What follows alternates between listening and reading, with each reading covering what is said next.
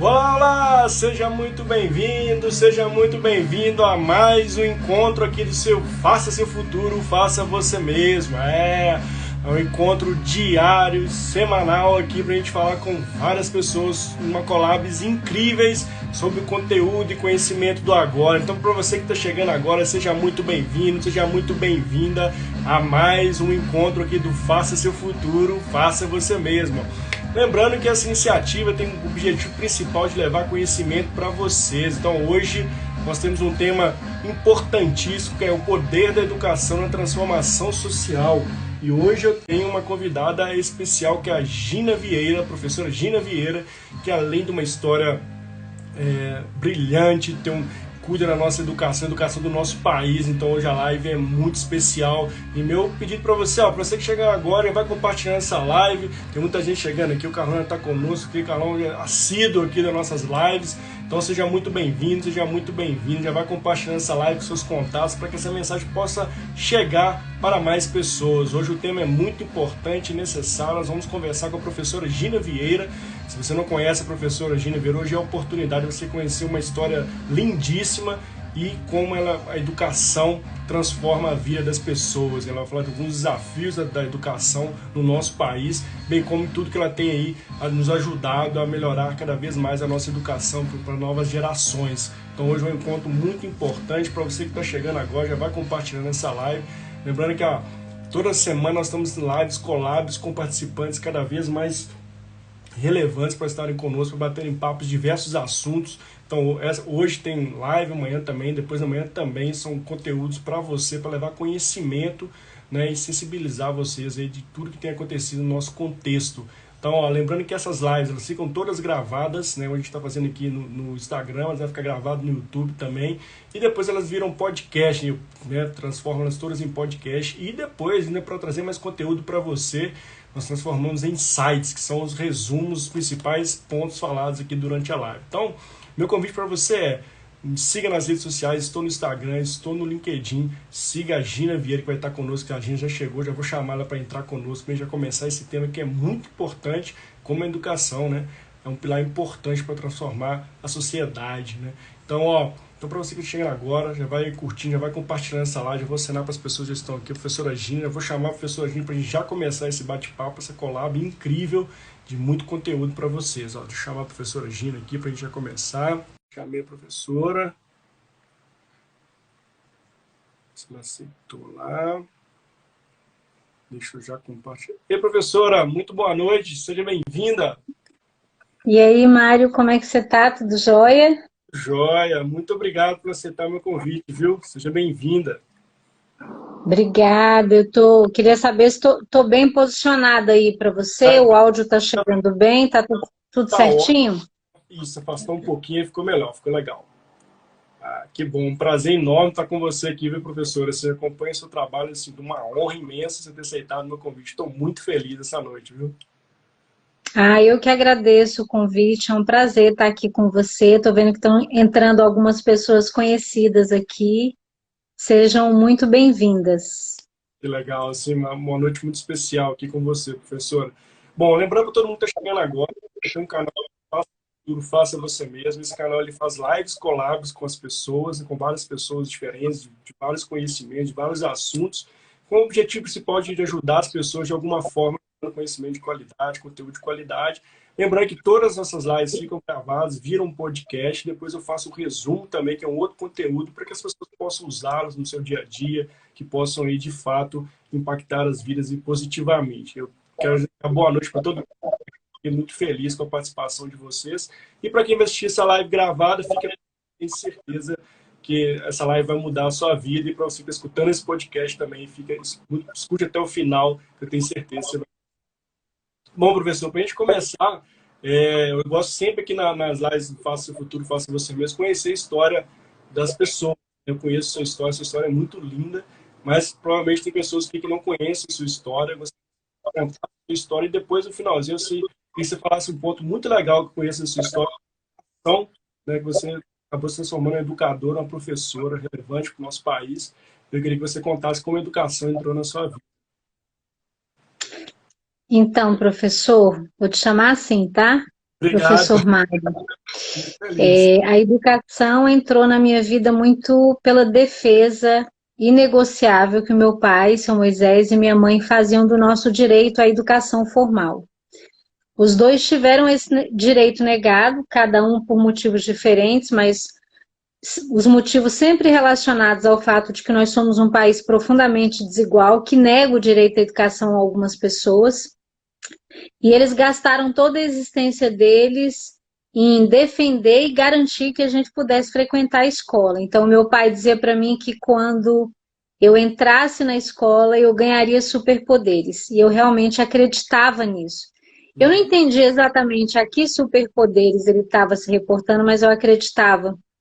E aí, aos 8 anos, eu tive a bênção de encontrar uma professora extraordinária que me percebeu. Até aquele encontro com ela, o meu desejo, o meu decreto interno era ser invisível para sobreviver às violências que eu sofria na escola. Depois do encontro com a professora Creuza, quando eu pude experimentar o prazer de aprender, de pertencer, de me sentir incluída no espaço escolar, valorizada, enxergada, percebida, acolhida, eu mudei o decreto interno e disse para mim mesma: eu não quero ser invisível, eu quero ser professora. E ali passou a ser o meu projeto, né? Eu nem olhava para o lado, eu queria ser professora, me tornei professora aos 17 anos, aos 18 eu fiz o primeiro concurso, aos 19 eu já estava em sala de aula. De lá para cá foram 30 anos como professora de educação básica, e em 2014 eu criei um projeto chamado Mulheres Inspiradoras, que hoje é a política pública no Distrito Federal, ganhou o reconhecimento de 15 prêmios diferentes, e ele celebra o poder transformador da educação a partir da história de grandes mulheres. Que legal, assim, não, assim, só de escutar a sua história de encher os olhos de quantas conexões, né, como educação, foi tão lindamente entrando na sua vida. E é legal você contar essa história, inspiração, como a gente quer entrar nesse contexto, né, de como a educação tem um desafio grande de chegar até as pessoas, né, de como a gente fazer essa educação tá, né, pública, né, para todas as pessoas, como isso queria que você falasse um pouco do contexto atual da educação na sua visão, professora, de como a gente tem encaminhado para a evolução, quais são os grandes desafios da educação do nosso país. Excelente pergunta, professor Mário. Primeiro é preciso dizer que a educação está sob ataque, né? Sim. Oi, Neide, tudo bom? Estou vendo um monte de gente querida chegando. Seja Já bem-vinda, Neide. A gente precisa dizer que a educação está sob ataque porque, antes de falar sobre educação, a gente tem que pensar no que as pessoas entendem por educação. E a concepção que a ciência trazem é que educar é muito mais do que transmitir conhecimento. legal. Educar é um processo muito mais complexo que envolve humanização, socialização, singularização, subjetivação. Então, quando eu entro num processo educacional formal, certamente eu vou acessar saberes e conhecimentos, mas eu vou fazer muito mais do que isso. Eu vou me tornar sujeito. Isso só se dá a partir das relações sociais e no espaço escolar. Por outro lado, nesse momento da história do Brasil, a gente está percebendo uma tentativa de imposição de uma agenda educacional ultraliberal, tecnicista, esvaziada de sentido, inclusive fazendo muito mais a defesa do sujeito empreendedor do que do sujeito sócio-histórico. Então, quando você tem um governo que não tem clareza de que projeto de sociedade ele tem dificuldade de estabelecer um projeto de educação. A educação é a ferramenta mais importante para a gente definir que projeto de país que eu quero, que cidadão eu quero formar, que pessoas eu quero que componham a sociedade. E se você olhar para o Brasil hoje, o que o atual governo apresenta como proposta? Escola cívico-militar, escola sem partido, homeschooling, reforma do ensino médio. O que todas essas propostas têm em comum? Elas convergem todas para uma concepção de educação muito pobre, muito aligerada. Uma concepção de educação Primeiro, quando você fala de escola cívico-militar, que está muito relacionada a controle, a silenciamento, a padronização, ao apagamento da diversidade. E quando você fala, por exemplo, da reforma do ensino médio, você tem uma preocupação com a formação do sujeito empreendedor. E a gente tem que lembrar, é papel da escola formar para o mundo do trabalho? Sim, mas a escola nunca, jamais, em tempo algum, pode reduzir o seu papel apenas a isso. Não, muito interessante que você fala, professor, eu também, e isso dá até medo, né, da gente estar voltando. Você fala muito o termo educação precária, né, que é de fato aquela educação ali que é singular para todo mundo, né, igual para todo mundo, como, né, comando e controle. Isso de fato reflete um ponto da sociedade que é as empresas, né? Eu sempre trago um pouco do contexto organizacional para as lives, assim, como é que a gente vai mudar as empresas, humanizar as relações, sendo que a gente está fazendo um modelo educacional que não prega isso. Né? Eu gostaria até de citar uma frase do Paulo Freire, que ele fala: não se pode falar de educação sem falar de amor, e é exatamente isso, de fato, humanizar as relações. Falando isso, me dá até um medo, né, assim, de como isso vai impactar no futuro das novas gerações, né, assim, se está votando com um banco, né, mais bancário, como é que a gente vai, né, colocar esse ser humano num caráter mais holístico, olhando o ser humano como um todo, humanizando as relações, se lá na base não tá sendo construído dessa forma, né, professor? Isso é um ponto muito sério. Se a gente quer humanizar as relações, nós precisamos começar desde cedo, né? A gente tem competência que vai preparar, inclusive, esse indivíduo, né, essa pessoa, para um futuro, né? O futuro do trabalho, enfim, que vai no nosso mercado de trabalho, enfim, vai trazer inovação, vai acreditar. Como é que a gente vai fazer isso nesse cenário que você acabou de nos descrever sobre a educação no país? Então, é isso mesmo, né? Como é que a gente vai formar um sujeito crítico, capaz de olhar para a sociedade, refletir sobre ela e conseguir mudar essa sociedade injusta, se eu tenho um governo que tenta impor uma educação para a obediência, para o assujeitamento, para a repetição e a reprodução?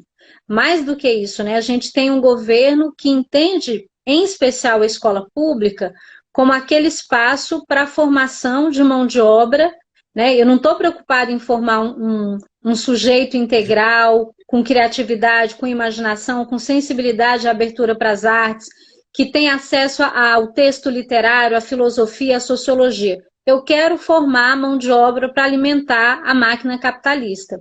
Inclusive, quando a gente fala de futuro, sabe, Mário, eu fico sempre me perguntando sobre que futuro é esse e quem vai definir esse futuro? Porque se a gente parar para pensar que hoje nós estamos sobre o ataque de uma lógica ultraliberal e neonazi-fascista, não só no Brasil, mas no mundo, houve um levante dessa ultradireita que tenta impor uma agenda ultraliberal excludente a partir de uma necropolítica. A gente viu ontem um exemplo, assim, transparente dessa política, né, de redução de direitos sociais. Um congolês que trabalhava no quiosque foi cobrar da maneira justa, como tem que cobrar, a remuneração pelo seu trabalho e foi espancado até a morte. Então, quando a gente fala de futuro, preparar as pessoas para o futuro, a gente tem que perguntar assim, quem é que tem o poder de pautar como vai ser o futuro? É a sociedade como um todo ou é uma elite econômica pequenininha, né? O número de pessoas que triplicaram a sua fortuna na pandemia é mínimo. O número de pessoas que perderam renda, que morreram, né, na pandemia é gigantesco. Quem é que vai definir o nosso futuro? São as pessoas mais ricas? Porque as pessoas mais ricas estão orientadas por uma lógica de um capitalismo que tem um apetite insaciável, inesgotável, que vai querer explorar a mão de obra do trabalhador e tirar todos os direitos sociais dele. Então, a pergunta que a gente tem que fazer é: eu quero uma educação que forme essa pessoa que vai se submeter a esses processos injustos, achando tudo isso natural e acreditando que basta ser empreendedor para conseguir a minha sobrevivência, sem saber que de cada 10 pessoas que empreende, 9 naufragam? Então, você entende? Eu até quero aproveitar que a gente está aqui nessa live, professor Mário, eu sei que é uma live muito voltada para professores, e sugerir duas leituras que, para mim, são decisivas para a gente fazer nesse momento. Essa daqui, esse livro foi lançado ano passado pelo professor Bernard Charlot, que é da Universidade da França e hoje está na Universidade Federal de Sergipe, e ele discute exatamente isso. Ele fala que o atual cenário que nós temos, o cenário educacional, ele é preocupante porque você tem a agenda educacional completamente sequestrada pela lógica ultraliberal e só se fala em produtividade, empreendedorismo, alta performance, eficácia, mas não se fala de que modelo de sociedade eu estou pensando. Essa lógica perversa, ela vai nos arrastar para a barbárie. A gente está abrindo mão de uma formação para os direitos humanos, integral, para os valores democráticos e colocando o nosso foco, veja, na educação básica, no ensino médio, a gente está tirando filosofia e sociologia para colocar marketing digital. A gente está abandonando na educação básica a ideia de que eu preciso formar um sujeito que tem um pensamento filosófico, crítico para as artes e querendo reduzir essa formação a alguém que vai se adequar ao mundo do trabalho, como se a vida se reduzisse a isso. Então é muito grave. Quem quiser conhecer um pouco mais sobre isso, eu super recomendo a leitura desse livro que está maravilhoso. Se puder só falar o nome do livro, como vai virar podcast, professor, por favor, educação. Educação ou Barbárie, uma escolha para a sociedade contemporânea, é um livro do Bernard Charlot que levou um tempo para ser construído, mas que está super atual para a gente entender quais são os principais desafios da educação nos dias de hoje. Legal. Assim, é muito claro que você fala, professor, e a gente vê isso na prática, no dia a dia, né? Eu acho que a gente está formando indivíduo para melhorar a sociedade, está formando indivíduo para virar um efeito manada, para ser Ctrl-C, Ctrl-V dos demais. Né? E isso eu sempre falo um pouco das competências, né? Assim, a gente perde pensamento crítico, né? A gente perde a nossa percepção de análise, a gente entra no infinito, né, de seguir o que o outro segue, sem ter minimamente uma crítica. Tá um monte de fake news, depois segue, um monte de gente bitolada, né, vendo um monte de gente aí falando sobre marketing digital, falando sobre um monte de coisa, que ninguém tem pensamento crítico para poder, né, analisar se aquilo de fato é verdade ou mentira, se isso faz sentido ou não faz sentido. Isso de fato é temeroso, porque a gente acaba criando, né, qual que é o futuro da nossa sociedade, né? E aí vai muito longe. Como é que está formando essas pessoas? Que a gente quer que as pessoas sejam empreendedoras, que as pessoas sejam inovadoras. Como é que tá? Qual base a gente está dando para essas pessoas, né, pensarem fora da caixa? Sendo que o nosso modelo educacional nos cria um Ctrl-C, Ctrl-V. Né? Então, assim, e acho que tem um ponto que a gente tem que falar, já que ele mandou aqui, ó, esses conhecimentos que estão sendo retirados são exatamente para tornar as pessoas menos questionadores. De fato, né? Criando um monte de parâmetros para as pessoas não questionarem, aceitarem do que vem, e é isso mesmo. E eu queria até que você falasse um ponto, professor, como esse modelo tem afetado as pessoas, os próprios alunos da educação, porque assim, o cara começa a enxergar, qual o valor disso para mim? Né? Isso aqui, vou para um marketing digital que eu vou ganhar. Aí tem aquelas promessas, né, 7 dígitos, milhões, assim, que dentro da educação que não tem, né, atrativa para desafio para poder começar a ser ativo de novo para o estudante, né? Como é que é a sua percepção em relação a isso, professora Dina? Essa é a pergunta do milhão, né? Essa pergunta aí é super complexa. Sabe por quê, professor Mário? Porque a gente tem um problema estrutural, né? Como diz o grande professor Milton Santos, muitas vezes as pessoas olham para essa ideia da globalização, né, de maneira romântica, e elas se esquecem que essa economia globalizada, ela esconde uma perversidade, que é justamente essa ideia de que é justo e tudo bem que alguns tripliquem a sua fortuna às custas da exploração daqueles que vivem em situação de vulnerabilidade e vivem essa situação de vulnerabilidade porque essa vulnerabilidade foi produzida historicamente, porque o Estado abandonou essas pessoas, porque o Estado criou políticas públicas para precarizar a vida delas. Então, o que a gente tem hoje? A gente tem um modelo de sociedade que educa as novas gerações para sonhar em acumular e consumir. Vou dar um exemplo para você. Eu sou professora de língua portuguesa e há anos eu trabalho uma redação no início, na primeira semana de aula, para conhecer os meus alunos, faço um roteiro com várias questões, e uma das perguntas que eu sempre fazia e faço, né? Qual é o seu sonho para o futuro? Há uns 10, 15 anos atrás, o que eu recebia como resposta era: eu quero ser pediatra, eu quero ser jogador de futebol, eu quero ser enfermeira, eu quero ser professora, eu quero ser policial. Nos últimos anos, o que eu recebia como resposta era: eu quero ser rico. Você percebe a mudança profunda de perspectiva do jovem?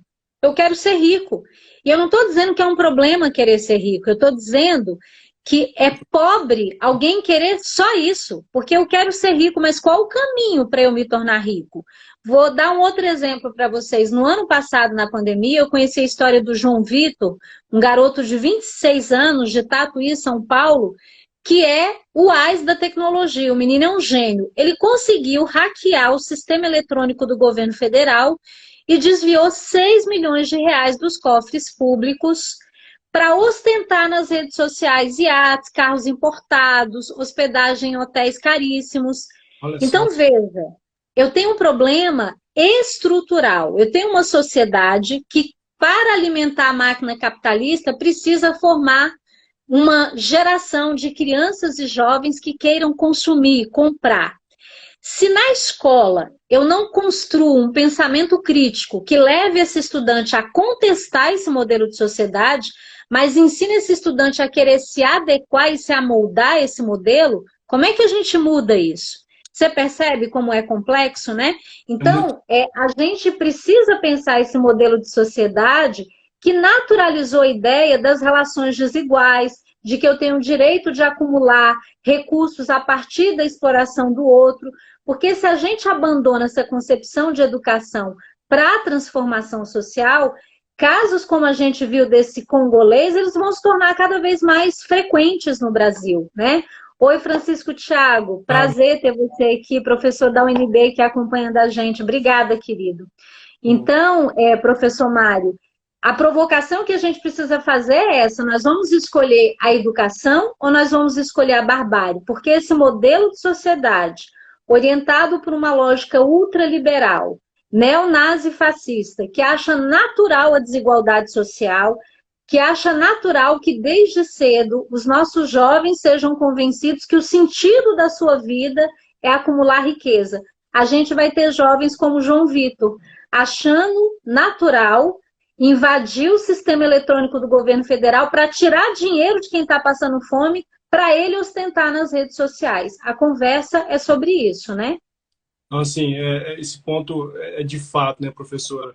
Como a gente vai mudar a nossa sociedade, mudar o nosso país, né, com esse tipo de mentalidade, né? O que você falou é muito sério, né? A gente, todo momento que você vai em qualquer rede social, enfim, é tudo muito material, né? A gente prega pelo material, pelo legado que vai deixar, e quanto impacta na sociedade, né? Então, assim, eu vejo isso muito claro era para outros âmbitos da sociedade, seja no ambiente organizacional, nas instituições, como isso chega, assim, as pessoas acabam no cúmulo de sempre querer mais, só querer, e nunca pensar assim, o que eu estou desenvolvendo, qual o legado que eu estou deixando, quem de fato estou ajudando, como eu tenho ajudado essas pessoas, desenvolvido essas pessoas. Isso é muito claro quando você pega um Ctrl+C, Ctrl+V na sociedade, dentro das organizações, a mesma coisa. Muitas vezes você está ali fazendo de pessoas, e as entradas das pessoas são Ctrl+C, Ctrl+V de quem já está lá. A gente não quer quem pensamento, não quer quem questiona, né? Quem traz ali a nossa opinião. Isso é exatamente o Ctrl+C do que a sociedade tem nas organizações. Aí a pergunta que a gente tem que fazer: qual futuro teremos? Né? A gente está sempre falando um discurso muito bonito, né? Inovação, criatividade, mas qual a base sustentável disso tudo? Né? Se não tem base sustentável, vão querer fazer as coisas muito pelo dinheiro, muito pelo ter, né, e não ser. Né? Eu acho que esse é o grande cerne do que a gente trouxe agora. Né? As pessoas estão muito preocupadas em ter do que ser. Né? E isso é muito sério, e a gente tem que pensar em qual impacto isso vai trazer para as pessoas. Né? E a gente está parando, a gente não está pensando nas gerações.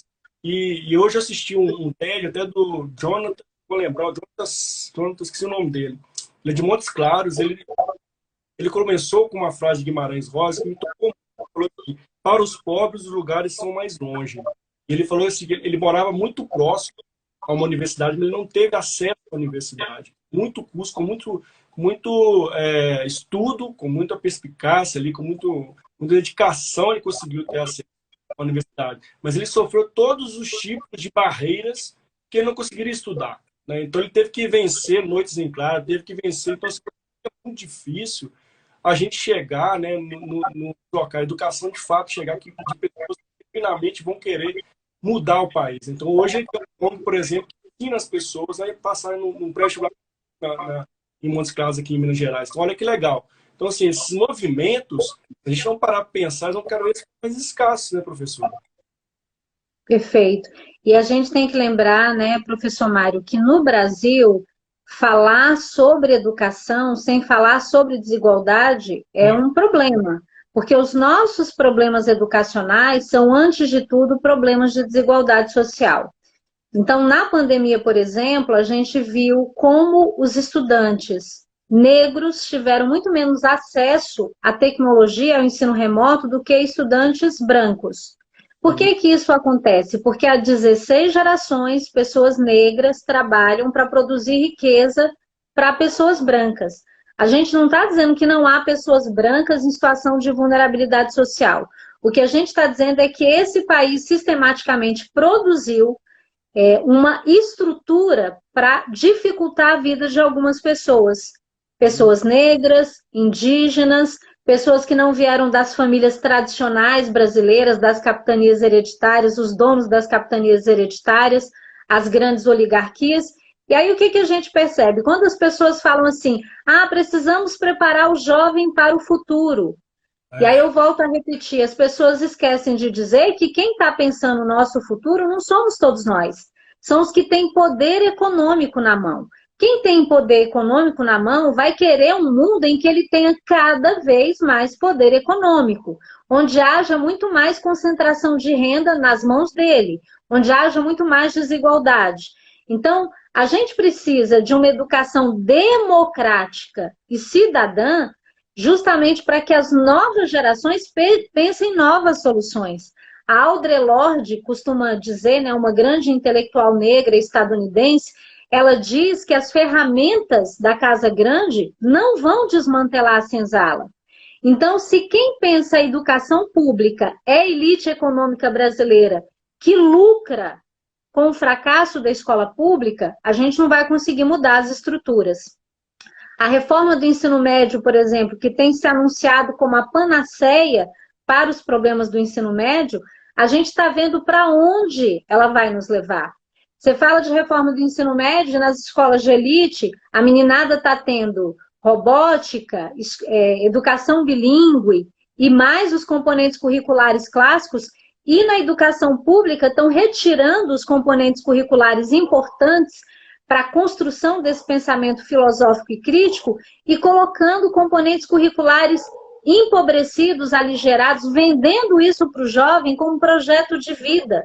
É uma colonização afetiva e uma colonização dos projetos de vida. Então, eu já quero que esse jovem lá no ensino médio comece a ter perspectivas muito reduzidas, porque um dos objetivos do ensino médio é preparar o estudante para pensar em acessar a universidade. Então, enquanto o estudante da classe operária, né, vai pensar em fazer um curso de ensino médio com uma pegada tecnicista empobrecida, sem pensamento crítico, o garoto que compõe a elite econômica, os grupos privilegiados, vai continuar acessando a universidade.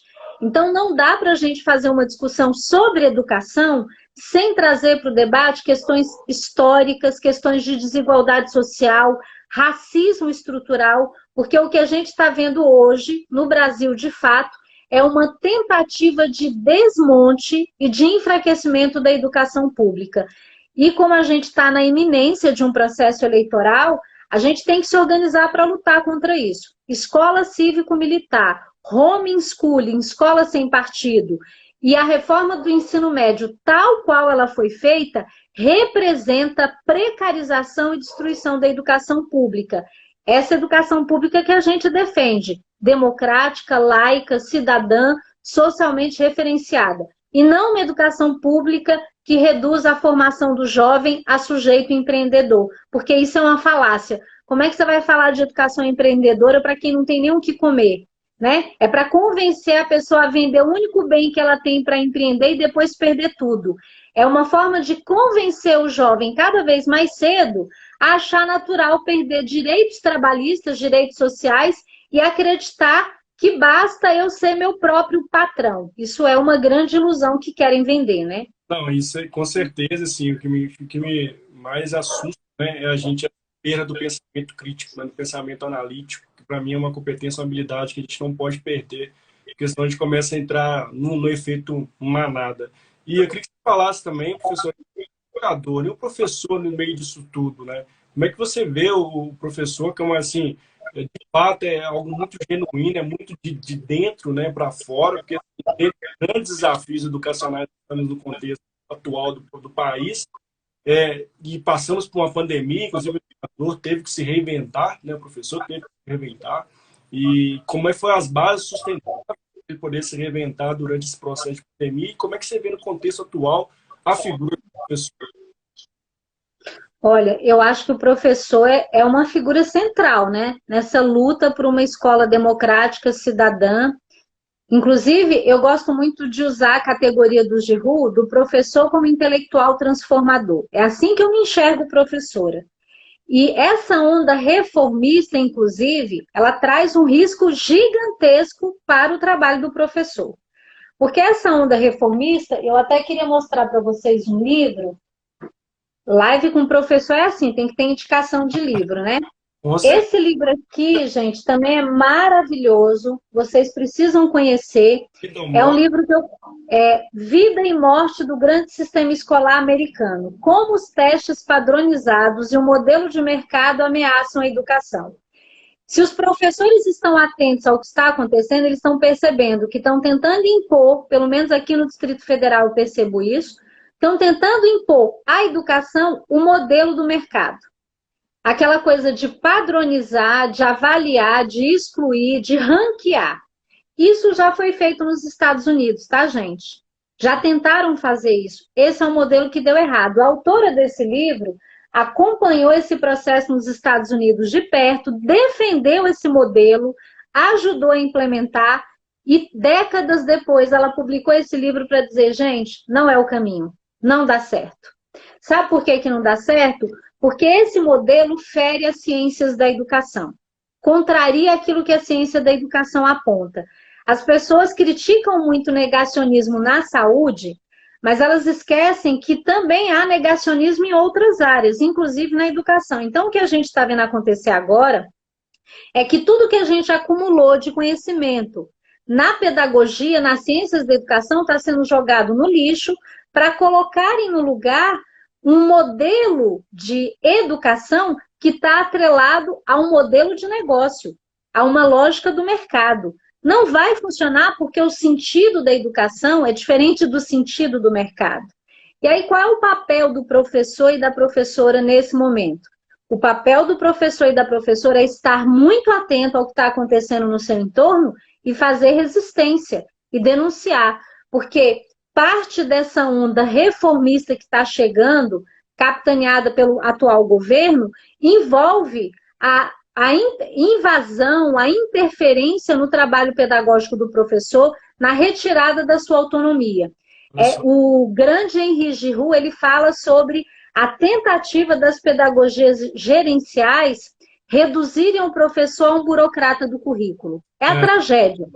É entregar para o professor uma cartilha pronta, um pacote pronto e esperar que ele execute. Tentaram fazer isso, gente, várias vezes. A gente sabe que não dá certo. E o pior, na educação acontece do jeito que a autora sinaliza aqui.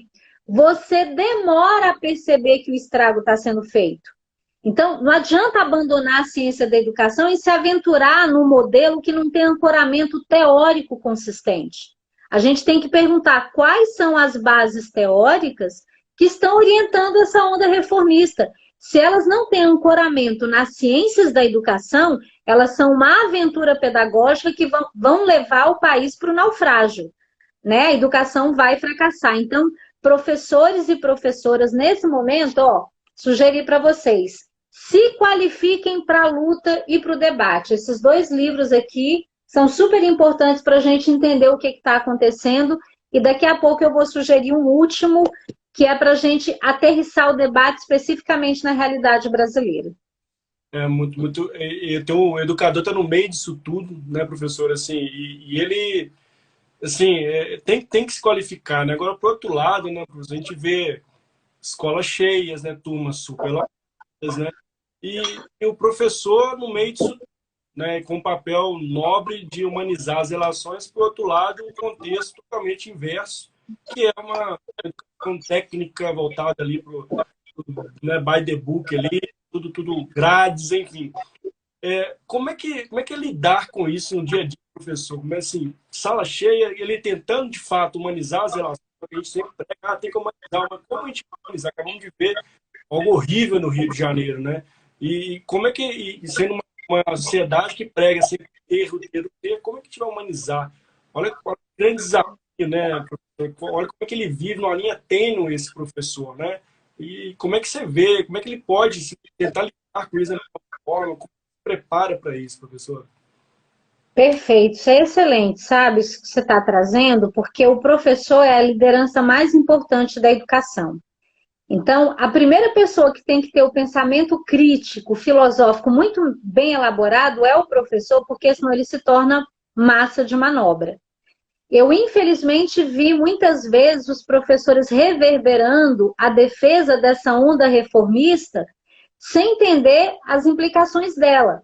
Então, eu testemunhei professores, diretores fazendo uma defesa apaixonada de escola cívico-militar na periferia, se esquecendo que o jovem da periferia é constrangido pela polícia o tempo todo, e colocar a polícia dentro da escola vai significar mais repressão e silenciamento desse jovem.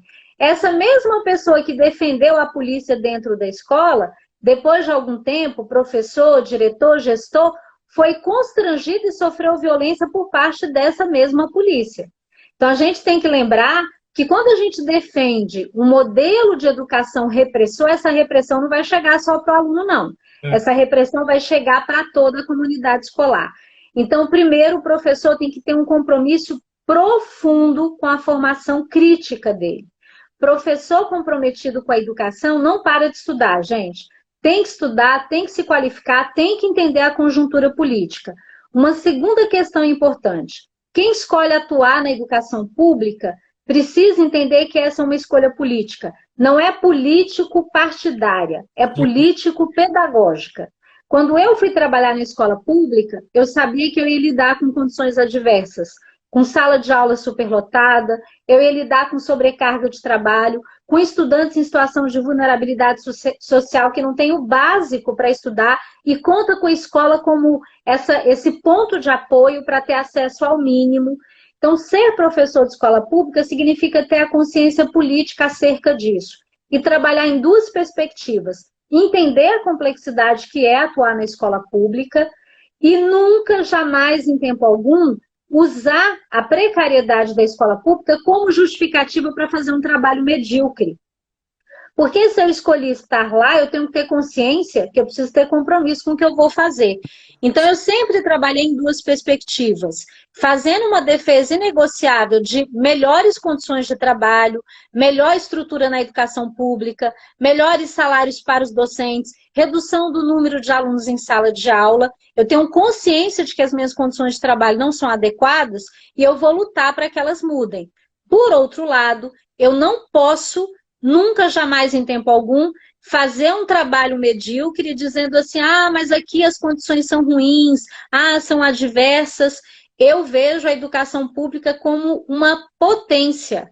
O jovem da periferia é uma potência gigantesca. Ter oportunidade de trabalhar com eles é ter oportunidade de transformar vidas. Então, esse é um momento histórico do Brasil que nós, professores e professoras, precisamos protagonizar a defesa dessa escola pública, laica, democrática, cidadã, socialmente referenciada, porque nós somos as lideranças mais importantes da educação. É a gente que faz o rolê acontecer na sala de aula.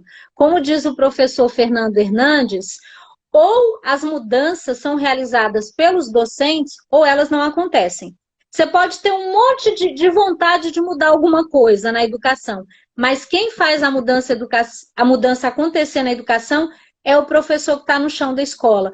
Por isso a gente tem que lutar para se manter qualificado, lúcido, para travar o bom combate em favor da educação.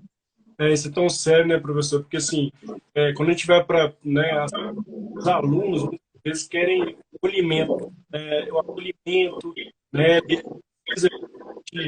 ter pertencimento, tá? Cada vez caminhando para área, né, eu tenho esse papel, inclusive, tem que ficar equilibrando esses pratos todos, né, mas muito de tem esse trabalho humano, de trazer as pessoas para o lado mais humano. E eu queria que a gente falasse um pouco, professor, do seu projeto Mulheres Inspiradoras, né? Como esse projeto lindo, foi 14 prêmios, né, se não me engano, se não estou errando as contas aqui, né? Grandes prêmios, inclusive, a professora foi reconhecida em diversos âmbitos aí. Se você colocar Gina Vieira, você vai ver um monte de reconhecimento muito merecido, professor, um trabalho lindo. Eu queria, para quem não conhece, que está aqui, você contasse um pouco da história do Mulheres Inspiradoras, que vem um pouco desse contexto, né, de voltar de novo, trazer uma humanizada, né, de ter um olhar atento para as desigualdades, né, para ver que as pessoas, que esses alunos estão ali para serem acolhidos, se sentirem pertencentes àquele local e de se tornarem pessoas, humanos, que aí sim vai reverberar para uma sociedade melhor, uma sociedade que todos nós podemos de fato aí ter um olhar de o mundo esteja ali pensando em melhorar o mundo para as novas gerações. Queria que você falasse um pouquinho do seu projeto Mulheres Inspiradoras. Para quem não conhece, é uma baita oportunidade para o projeto da professora. Excelente. Primeiro eu preciso dizer, professor Mário, que o projeto Mulheres Inspiradoras nasceu de uma grande dor que eu tinha. Eu trabalhei uma década com as séries iniciais e quando eu fui trabalhar com adolescentes, eu tomei um susto porque eu descobri que eles não gostavam das aulas que eu propunha. Aquilo foi tão significativo e mexeu tanto comigo que eu adoeci. Eu tive uma depressão que quase me matou, né? Eu fiquei um ano praticamente afastada da sala de aula, tentando responder essa pergunta: por que que os jovens viram as costas para a escola? E eu percebi que o jovem vira as costas para a escola porque primeiro a escola vira as costas para ele. Nós temos insistido no modelo educacional ultrapassado, obsoleto, bancário, instrucionista, que tem dificuldade de dialogar com o jovem e, sobretudo, de dialogar com o jovem da periferia. Porque esse jovem é obrigado a estudar num livro didático que sempre representa os mais pobres, os indígenas, os negros, de maneira estigmatizada. Imagina o que é você estudar no material didático que diz para você o tempo todo que você é o fardo da nação. Quem discute isso brilhantemente é o professor Miguel Arroio. Então, eu vi a necessidade de ressignificar a minha prática. Eu percebi que eu tinha que mudar o meu fazer pedagógico e abandonar aquela perspectiva da educação bancária e instrucionista que eu reproduzia na minha sala de aula.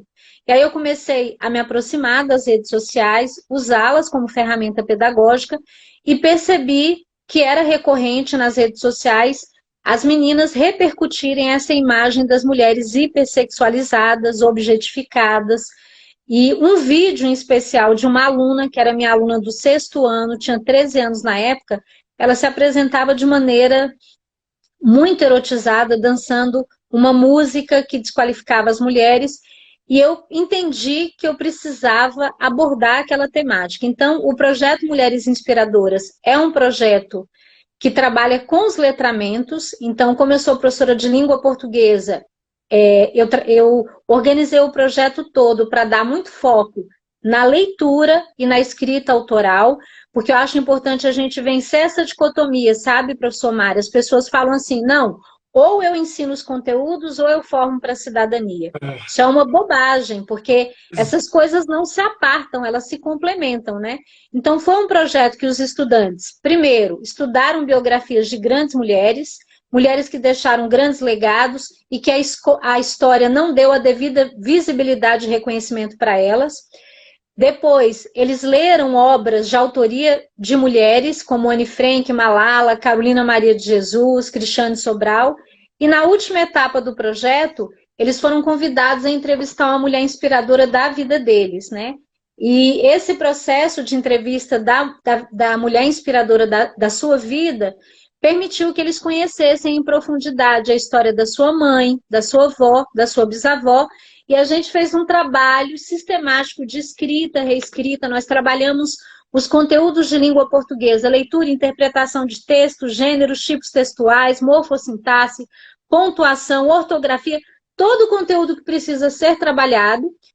E transversalmente a gente discutiu direitos das mulheres, direitos humanos, igualdade de gênero, combate à violência contra a mulher, pertencimento, território, identidade, vínculo com a família. Então, quando a gente fala de educação, a gente fala dessa educação viva, vibrante, que não aparta o conteúdo das práticas sociais. Porque quando você separa o conteúdo a ser ensinado da vida, aquele conteúdo fica morto, ele não atrai, ele não envolve o jovem, né? E aí, de fato, o projeto recebeu reconhecimento de muitos prêmios, inclusive o Prêmio Ibero-Americano de Educação em Direitos Humanos, e hoje ele é uma política pública no Distrito Federal e está presente em 50 escolas. Eu atuei como autora do projeto em 2014 e 2015, em 2 edições.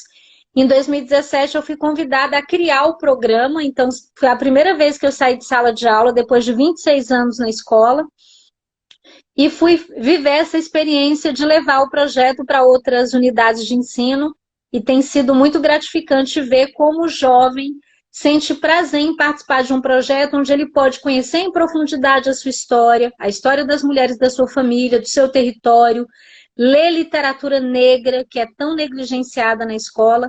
Então, o projeto Mulheres Inspiradoras acredita que a gente precisa ter um compromisso profundo com as aprendizagens e com a formação integral dos estudantes.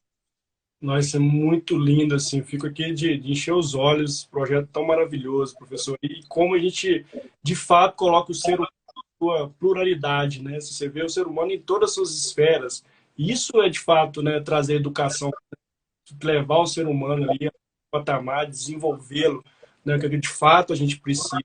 E são ações, olha que muito interessante, né? Foi muito sagaz, né? Assim, foi muito legal o que você fez, assim, de trazer sua inspiração também de casa, né? E valorizar a família, né? De aproximar essas pessoas. Muitas das vezes os alunos acham a escola como um refúgio da vida, né? Assim, para sair dos problemas de casa e ter um lugar onde ele possa ter pertencimento, né? Fazer parte do ambiente. E muitas das vezes chegar para o seu ambiente não é como ele precisa, como ele acha que seja. Pelo contrário, ele começa a discriminatória, enfim. Mas olha como é que você conseguiu se aproximar do ser humano e trabalhar todas as esferas, né? Emocional, né? De intelectual, de estudar, né? De pesquisar, né? De começar a viver isso mais. A gente não pode perder, né? Acho que é um projeto maravilhoso. Assim, eu fico de encher os olhos de como tem ações positivas que estão aí para poder mudar esse cenário que a gente está vivendo. Eu vou só ver aqui, professor, mandaram aqui, a gente acabou de... A Val Glaner mandou, muito interessante essa urgente necessidade, né, de capacitar. Como fazer isso se o Estado não promove e o salário não permite investimento? Excelente pergunta, né? O Estado tem que investir na nossa formação. E eu vou ser sincera, gente, eu tenho mais de 30 anos como professora e eu não me lembro de um apagão tão grande como esse que a gente está vivendo no Ministério da Educação em relação à política de formação de professores. Eu sou aquela professora que ofereceram curso, eu estou fazendo. Eu tenho 4 especializações, mestrado, 3 especializações foram feitas numa universidade pública, né? Então... a sugestão que eu dou é que a gente, primeiro, continue lutando para que dinheiro público seja investido na nossa formação. A gente tem que se mobilizar, organizar a nossa luta. E segundo, a gente precisa ter um compromisso individual também. Então, eu fico muito atenta a cursos gratuitos, a comprar livros em sebos, em lugares em que você encontra esses livros mais em conta, a participar de clubes de leitura. Agora, com a explosão das lives, a gente está tendo muita oportunidade de se qualificar. E aí precisa ter cuidado, né? Porque nesse momento também está explodindo uma série de conteúdos sendo promovidos e vendidos como conteúdo pedagógico, que na verdade não tem nada de pedagógico. Se a gente presta atenção nas categorias, né, nas escolhas lexicais, a gente percebe ali que as pessoas estão usando muito as categorias do mundo corporativo, do mundo dos negócios, business, mercado, e abandonando a educação, né? Então, até na hora de você fazer a curadoria de conteúdo que vai te apoiar para você enriquecer a sua formação, você tem que ficar atento. Se quem está lá do outro lado oferecendo formação tem qualificação técnico-pedagógica ou é um aventureiro. Porque parte da onda negacionista da educação é gente que não é da educação, de repente, achar que vai ensinar para o professor como é que ele vai trabalhar. Isso é uma tragédia. A gente não pode.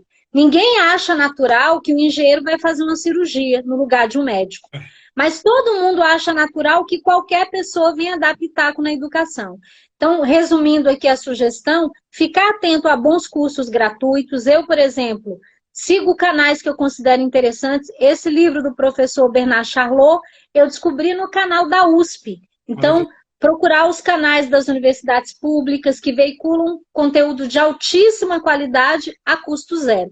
Inclusive, a gente tem um canal Mulheres Inspiradoras, que está lá para vocês seguirem, onde a gente veicula conteúdo pedagógico de muita qualidade, porque é importante dizer, sabe, Mário, por que o projeto Mulheres Inspiradoras funcionou?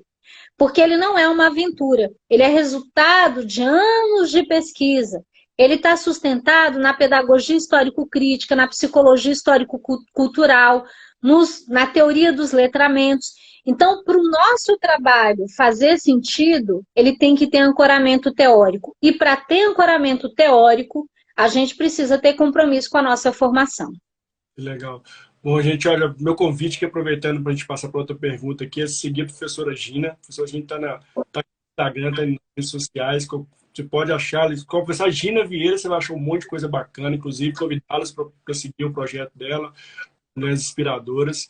E, bom, se você está achando essa relevante aqui, mande aqui embaixo para a gente. Eu estou adorando, assim, uma história aqui, a professora brilhantemente. Assim, eu já sabia que a live ia ser de muito conteúdo, surpreendeu aqui todas as minhas expectativas. Estou muito feliz mesmo, como a gente está levando conteúdo de qualidade. E esse ponto que a professora fala é muito importante, a gente começa a segregar aquilo de fato para a gente, né, de que coisas de qualidade existem na rede social, não tem coisa de qualidade. De novo, tem que ter pensamento crítico, analisar, ver que de fato faz sentido para você e ter foco. Não adianta você sair fazendo tudo também que não vai resolver nada. Então é importante ter foco e elencar aquilo que de fato você sente que é qualidade, sente que é o seu objetivo principal. O Leopoldo Guzmão mandou para a gente, Cal, o poder pode ser melhor investir escola de base e deixar que a pessoa escolha sua capacitação técnica, ou superior, ou facilitar essa escola superior tendo uma escola de base ruim. Pode ser pode ser melhor investir na escola de base e deixar que a pessoa escolha uma capacitação técnica ou superior, ou facilitar o acesso à escola superior tendo uma escola de base ruim. Uhum. Eu não sei se eu entendi a pergunta, mas eu acho que ele está se reportando ao que eu falei sobre a reforma do ensino médio. É isso mesmo. Ele colocou também depois, Leopoldo, aos 33% de reajuste não é um sinal de respeito pelo professor? Estamos mudando para melhor? Ele mandou essa pergunta. Na verdade, esse reajuste foi determinado por lei e era o mínimo que a gente precisava, né? Esse reajuste em algumas unidades da federação, gente, ele vai representar um aumento, por exemplo, aqui no Distrito Federal, a gente tem um custo de vida altíssimo. Se a gente não tiver um salário decente no DF, ninguém vai querer ser professor, porque tudo aqui é caro. Morar aqui é caro, né? Comer aqui é caro.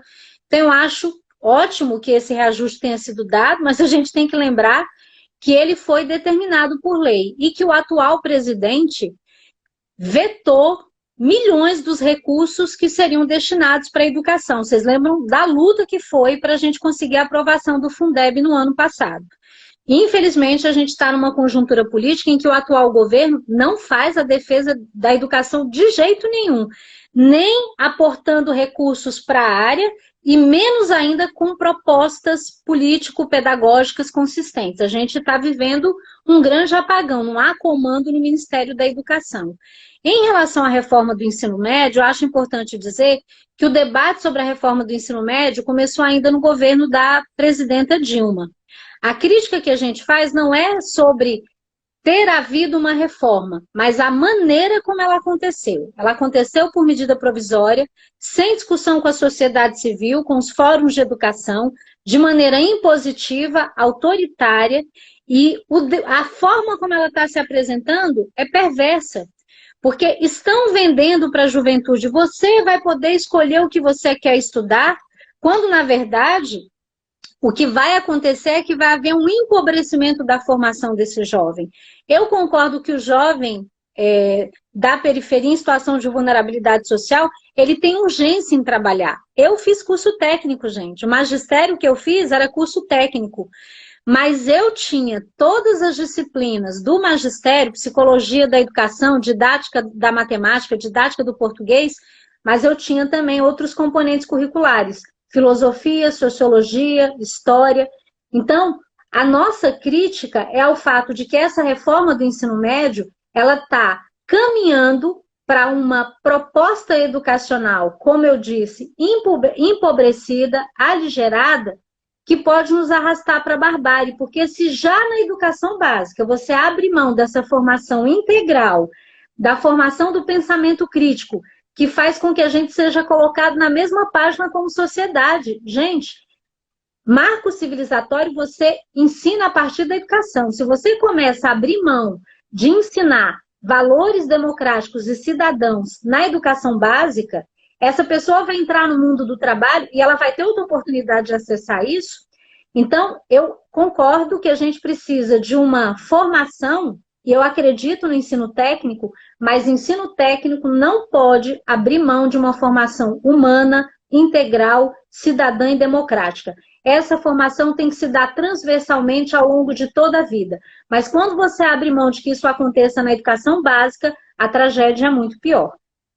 Sim, assim, sem dúvida. Concordo plenamente com o que você está falando, Gina. Assim, não adianta só técnico. Isso vai resolver o nosso problema. Não adianta também ficar pregando, cara, a gente não tem sustentabilidade disso. Né? Quem está sustentando tudo isso que a gente está dizendo que lá atrás as coisas não são bem assim. Né? Então, acho que isso é um grande alerta que a gente faz para a sociedade, para as organizações, para as empresas, enfim, todo o âmbito.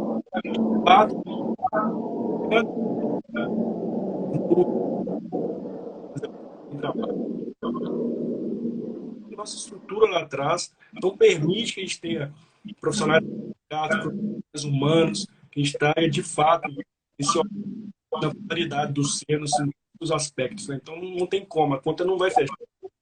E a Cíntia mandou para a gente quais são as sugestões de leitura da professora Gina, nome dos livros. Perfeito. Mostra mais livros para nós. Livro sempre é bom. O professor está com 3. Então, eu fiz 2 sugestões já, vou fazer novamente. Acho que depois o professor Mário pode deixar na descrição do vídeo, não sei se é possível. A gente faz depois então, da live, tá, professor? Então, todo mundo está aqui, vai ficar de olho nas minhas redes sociais, tem um resumo da nossa live aqui. Perfeito. Então, aqui ó, tem um livro do professor Bernard Charlot, Educação ou Barbárie, uma escolha para a sociedade contemporânea, onde ele discute a ausência de debate sobre o sujeito que a gente quer formar dentro desse mundo hiperconectado. Se fala de neurociência, de transhumanos, mas a gente não debate questões pedagógicas e antropológicas. Que sujeito que eu quero formar? Hoje a educação está reduzida a obter alta performance e a se preparar para o mundo do trabalho. E o professor Bernard Charlot mostra como isso, essa concepção empobrecida de educação, pode nos arrastar para a barbárie. A outra leitura que eu sugeri, eu não sei exatamente como é a pronúncia do nome da autora, mas me parece Diane Ravitch. O nome do livro é Vida e Morte do Grande Sistema Escolar Americano. Como testes padronizados e um modelo de mercado ameaçam a educação. Esse livro mostra essa onda reformista, modernosa, que todo mundo está anunciando como novos tempos da educação, não tem nada de novo, é um museu de grandes novidades, né? Isso já aconteceu em outros momentos da história do país, no período da ditadura militar, e tal qual estão tentando fazer agora com a imposição do modelo da lógica do mercado na educação, tentaram fazer nos Estados Unidos, e deu muito errado. A autora desse livro acompanhou isso de perto apoiou durante muito tempo e viu que não deu certo e escreveu esse livro para discutir isso. E aí o último livro que eu queria sugerir é esse aqui, que é de um professor da Faculdade do ABC de São Paulo, Fernando Castro, é uma coletânea. Esse livro é um primor. Ele discute educação contra a barbárie, por escolas democráticas e pela liberdade de ensinar. E esse livro aterrissa o debate na realidade brasileira. Tem um artigo em especial que eu quero chamar a atenção para ele, que é a ideologia da aprendizagem. Todas essas reformas são feitas a partir do discurso de que os nossos índices de aprendizagem são péssimos. E são mesmo. Infelizmente, a escola dos mais pobres não consegue fazer com que esses pobres aprendam. A gente tem índices ruins. Não é porque a gente não saiba fazer uma educação pública de qualidade, é porque quem tem o poder de determinar que essa educação tenha qualidade não faz isso. Então, existe uma ideologia de que essa onda reformista vai fazer todo mundo aprender. Isso é um engodo. Então, essa coletânea de artigos está incrível, mas se eu pudesse sugerir, eu sugeriria que vocês começassem a lendo esse artigo, A Ideologia da Aprendizagem. Essas 3 obras vão ajudar a gente a entender um pouco mais da conjuntura política que a gente está vivendo e a nos qualificar para fazer o debate público, porque a gente está no ano de eleição. Então, a gente vai ter que prestar muita atenção ao que os candidatos, né, vão propor, os prefeitos, governadores, senadores e deputados, porque nós, professores, temos que votar em quem faça uma defesa incontornável dessa educação pública, democrática, laica, socialmente referenciada e cidadã. Isso é decisivo para a gente buscar a qualidade da educação. Sensacional, professor. Só dica importante de livros. Ó, então, depois eu vou fazer um resuminho da nossa live aqui, vou deixar disponível para todo mundo. Só top. Professora, muito bacana estar com você. Estamos caminhando aqui para o final da live, por que parece que passou rápido. Continuando nosso bate-papo aqui.